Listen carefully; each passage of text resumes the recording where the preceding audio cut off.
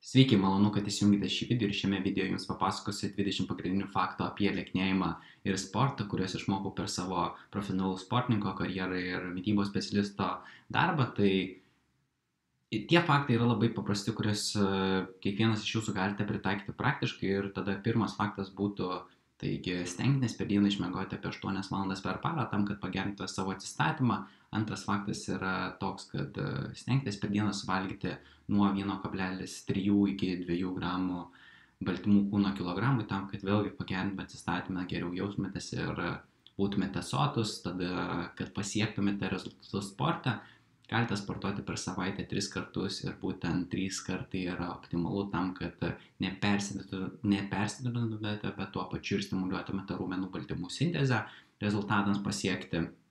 Tada ketvirtas, jūsų kūno raumenų grupė per savaitę gali atlaikyti apie 20 setų krūvį. Atliekant daugiau krūvio, didėja tikimybė, kad persitreniruosite ir patirsite traumą. Tada svarbiausias dalykas metant svorį yra kalorijos.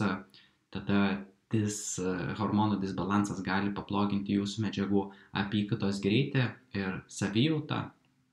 Tada laikantis dietos jūs galite valgyti visą maistą, nereikia vengti ten kažkokių burgerių, čipsų, traškučių ar vaisių, ar vengti kruopų vakare, nes kai jau žinome, kai esminis dalykas yra kalorijos, viskas kitas iš tikrųjų nėra svarbu, įskaitant, kad per dieną suvalgysite pakankamai baltymų. Tada nėra jokios magiškos dietos, tada vėlgi geriausias sportas yra svorio kilnojimas, tai reiškia, kad galima sakyti, kad būtent svorio kilnojimas duoda jums labai didelę naudą tiek ilgaamžiškumo, stiprumo, hormonų poveikio prasme ir nereikia ten, užsiiminėti kažkokiu vien tik bėgimu ar kažko, nes būtent sportas svorį teigiamai veikia jūsų organizmą ir apsaugo nuo traumų.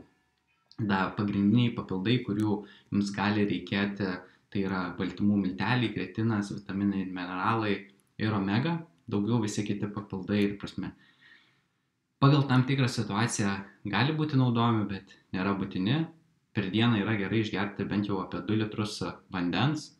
Tada poilsis yra dažniausiai pervertinamas, tai reiškia, kad jūs dažniausiai padarote per daug ir nepailsite, todėl vėlgi blogai jaučiatės, kankina bloga nuotaika, galbūt per treniruotės nematote tokių rezultatų, kuriuos turėtumėte matyti. Tada 15 patarimas, tai kad jeigu norite pamatyti rezultatus, jūsų treniruočių procese turi vyrauti periodizacija, taip pat jeigu metate svorį, tai irgi per laiką turi būti mažinamas kalorijos, kad pasiektumėte savo išsikeltą tikslą. Tai mūsų klaida yra tokia, kad mes ten einam, bet kaip į tas treniruotės nesiekame savo progreso ir galutinėje perspektyvoje nesustiprėjame ir tada nematome tokių rezultatų ant kūno, kokius norėtume matyti. Tada 16 dalykas, tai didžioji dalis trenerių nėra kompetentingi. Tai reiškia, kad iš tikrųjų, žinote, mano visą laiką filosofija buvo tokia, kad jeigu tu pasirinki būti kažkokios srities specialistu, tai būk geriausias. Tai tu stenkis išmokti tikrai labai daug, tam, kad galėtum žmonės užvesti ant tinkamo kelio.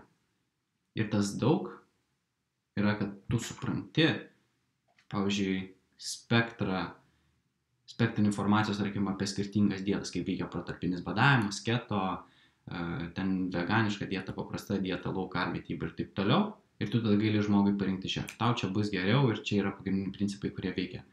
Aš išmanau ten high intensity treniruočias, crossfit, lengvosios atletikos ir visas kitas treniruočias aš tai galiu. O čia taip aš turiu tą žmogų paruošti pagal jo kūno tipą, kad jis nepatirtų traumos, nepersimtų ir gerai jaustus. Ir čia yra tas secret sauce. Bet didžioji dalis ateina treniruoja, ten kažką pasimokau, kažką ten taikau ir nėra to tokio rezultato, kokį aš įsivaizduoju žmonės turėtų pasiekti dirbant su tam tikrų trenerių. Tada 17. Tai tada geriausias treniruočių režimas yra tas, kurio galite laikytis visą gyvenimą. 18. Geriausia dieta yra ta, kurios taip pat galėsite laikytis visą gyvenimą. Tada yra žymiai sunkiau išsportuoti kalorijas, negu jų nesuvalgyti. Ir galiausiai optimalus kūno riebalų procentas yra nuo 9 iki 15%, tam, kad gerai jaustumėtės, gražiai atrodytumėte ir nejaustumėte didelio alkio ir sumažintumėte riziką susirgti tam tikromis lėtinėmis lygomis. Tai šiandien toks būtent trumpas video būtent apie 20 patarimų, kuriuos būčiau norėjęs žinoti praeityje ir ką svarbu atkreipti dėmesį, kad nedarytumėte tokių klaidų, kurias aš dariau. Aš ir persindavau, ir per mažai valgydavau, ir darydavau visas šias klaidas. Bet dabar galiu drąsiai prie širdies pridėti ranką, kad to kaip ir nebedarau ir dalinuosi savo patirtimi, kad jūs taip pat būtumėte sėkmingi ir džiaugtumėtės puikiais rezultatais. Tai ačiū, kad išklausėte šį video. Jeigu jums reikia papildomos pagalbos, tai visą laiką drąsiai man galite drąsiai rašyti asmeninę žinutę. Įsigilinsiu jūsų individualią situaciją ir tada galėsiu duoti patarimus, kaip jūs galite efektyviai pasiekti savo išsikeltus tikslus. Tai ačiū ir iki kito karto. Iki malonaus.